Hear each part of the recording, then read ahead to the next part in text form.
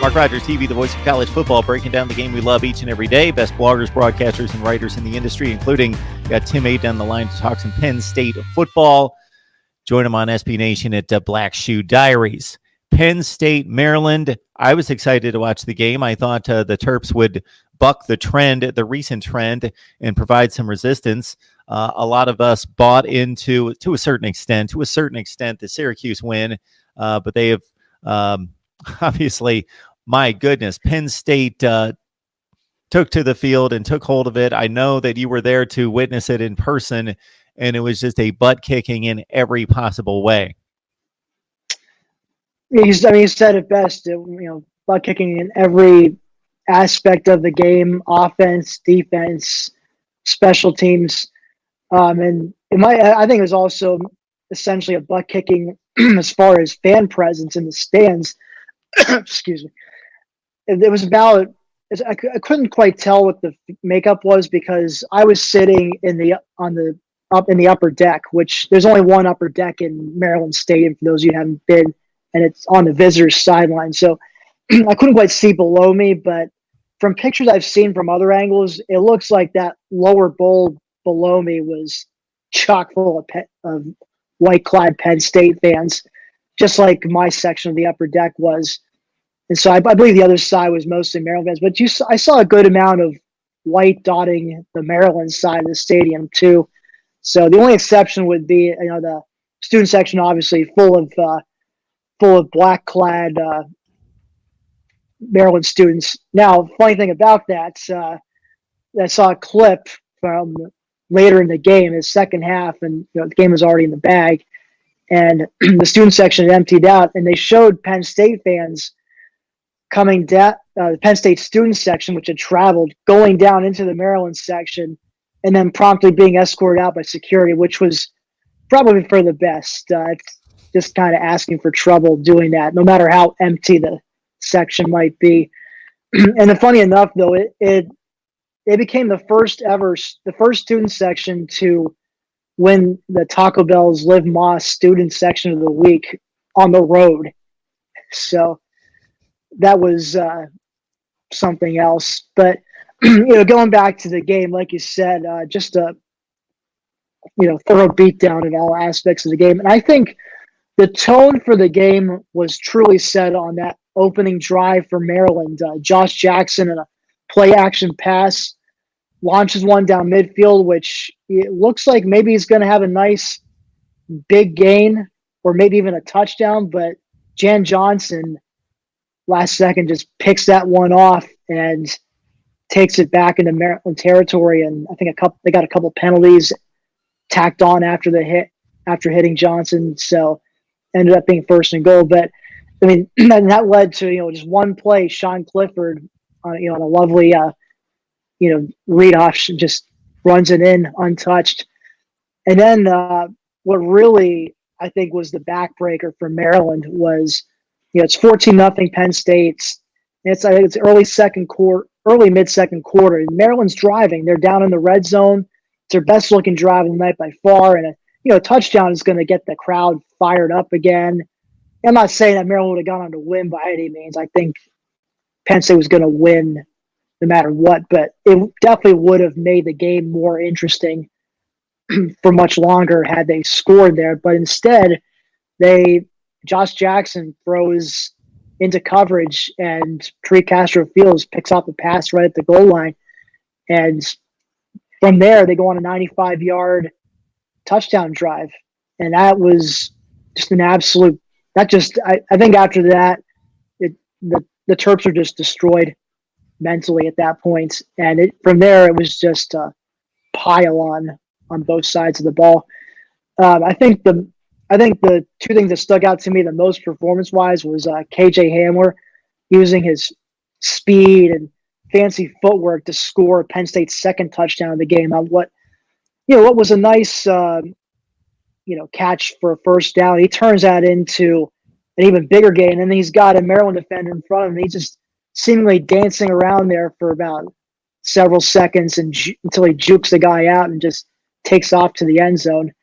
So that was incredible to see. And the defense, just all around. They they held their their best talents like Anthony McFarland in check. I think McFarland only had about, I'm pulling up the individual stats here.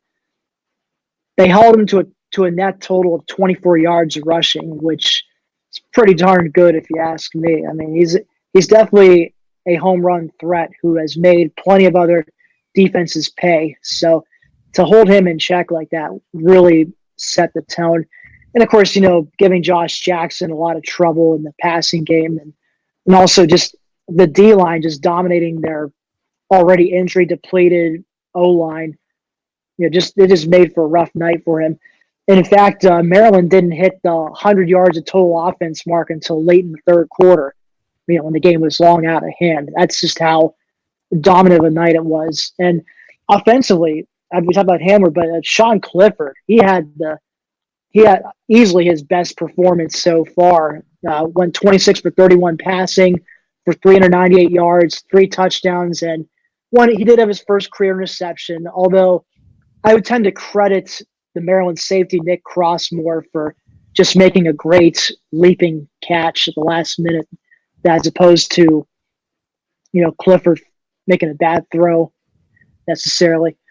But other than that, he had a very stellar night, and they gave him a lot of short, quick throws to make to his playmakers in space, and those playmakers, when he gave them a little space, they created not just Hammer, but the tight ends, Nick Bowers, especially the backup to Pat Fryermuth. He had himself a night, had a pair of catches for about 70 yards, and included a touchdown.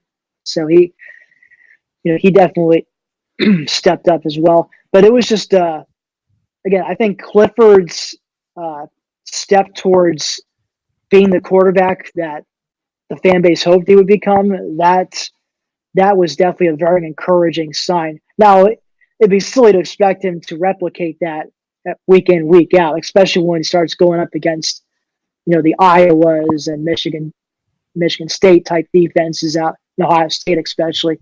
But he's definitely showing that you give him time or you give him the throws to make to his guys in space, and or you give him a little protection, he can make things happen. And if the pocket collapses, he senses any trouble. That's the other thing too. I noticed he did a good job of sensing when he had a wide open lane for him to run around or run through, and he just didn't hesitate to take off instead of continuing to stare down for an open receiver.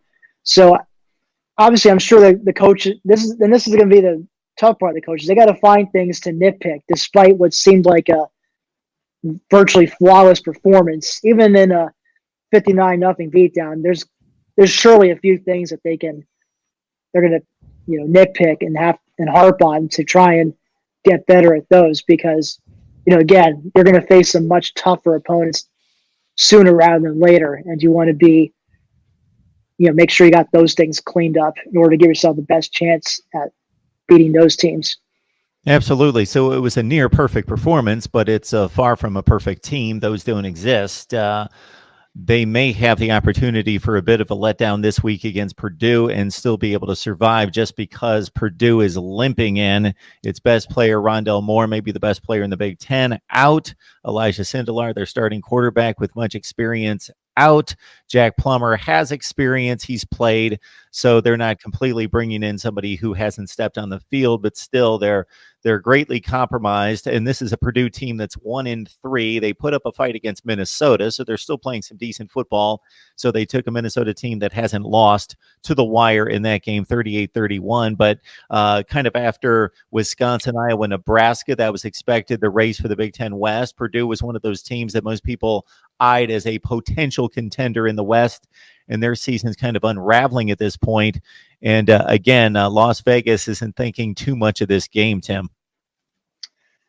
No, they really not. I believe before Sindelar and Moore were hurt, I think the line was about 16.5. So I mean, even if they were both healthy right now, Penn State would still be a heavy favorite to win this one.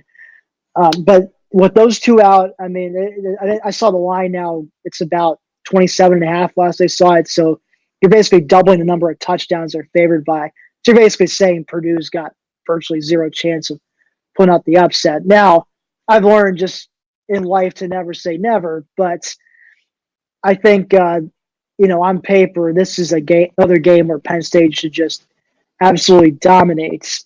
Now, could they come out with a slow start, or Purdue, being having lost some key guys, maybe they'll come up with a few new wrinkles that the Penn State coaches don't necessarily have on film and catch them off guard the first couple of their offensive series. Yeah, certainly. That wouldn't actually surprise me, to be frank with you. But, in the long run, Penn State's superior talent and depth is just going to be too much for them on both sides of the ball. I look for the D-line to have the front seven really to have another big game. I think in the secondary as well, because the current starter, Jack Plummer, he's already thrown in his two games he's played in, he's thrown 2 interceptions in each. And, this has been a defense that's been, they've been able to get some more turnovers compared to last year. So I think they're chomping at the bit at this one. I think they seem to have gotten a bit of a boost in the running game with King Daraway. I don't know how you say his name. He had a decent performance, 20 carries, nearly 100 yards, and a couple touchdowns. So, but again, he was going up again. With all due respect to Minnesota, I don't think that defense is like Penn State's run defense. So he's going to have a bit of more work cut out for him this week. So my score prediction, I know it's not up yet on Black Shoe Diaries, but I'll go ahead and say it. It's I'm saying 45-13 Penn State. Seems pretty reasonable. With all due respect, Tim, I don't think I'm going to go out and play that line, though, at 27.5 or 28 points based on your prediction. I think that's a sketchy one. It's just kind of difficult.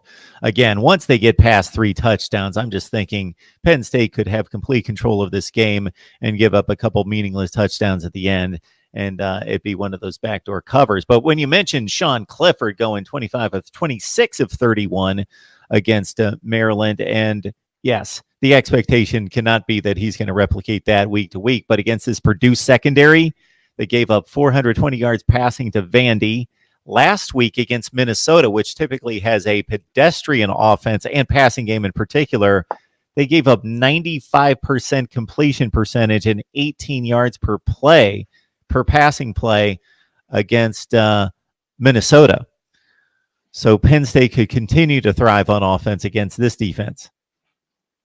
Oh, certainly. I was going to get into that. Actually, yeah, I expect another good performance out of Clifford. I think he throws for about 2 or 3 touchdowns. I'm sure one of those strikes will be a KJ Hamler again, per usual. I expect another one to go to Pat Fryermuth for Nick Bowers, and maybe even Jahan Dotson, or maybe Dan Chisena finally gets his first career touchdown off a deep ball. He's starting to establish himself as Clifford's favorite deep target, whereas the other guys are more shorter, intermediate route guys.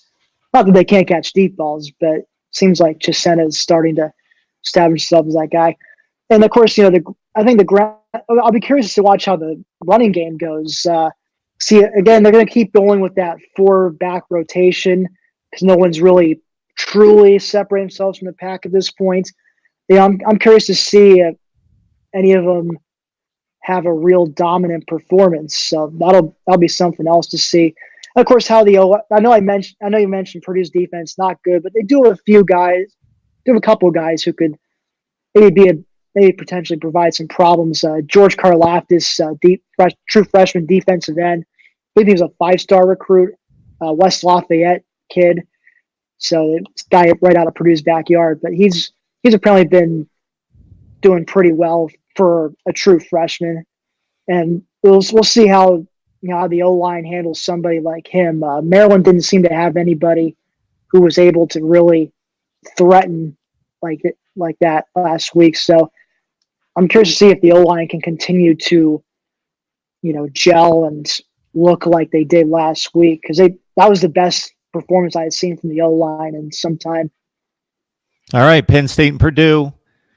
at Beaver Stadium as the Nittany Lions try to continue undefeated after the Big Ten opener against Maryland 59-0, and a big favorite to do so before they hit that home stretch against the Big Ten Eastern Division, and also a date, as Tim mentions, against Iowa that will be key, with the Hawkeyes looking pretty strong again this year. Tim, we appreciate you stopping by. Enjoy the game.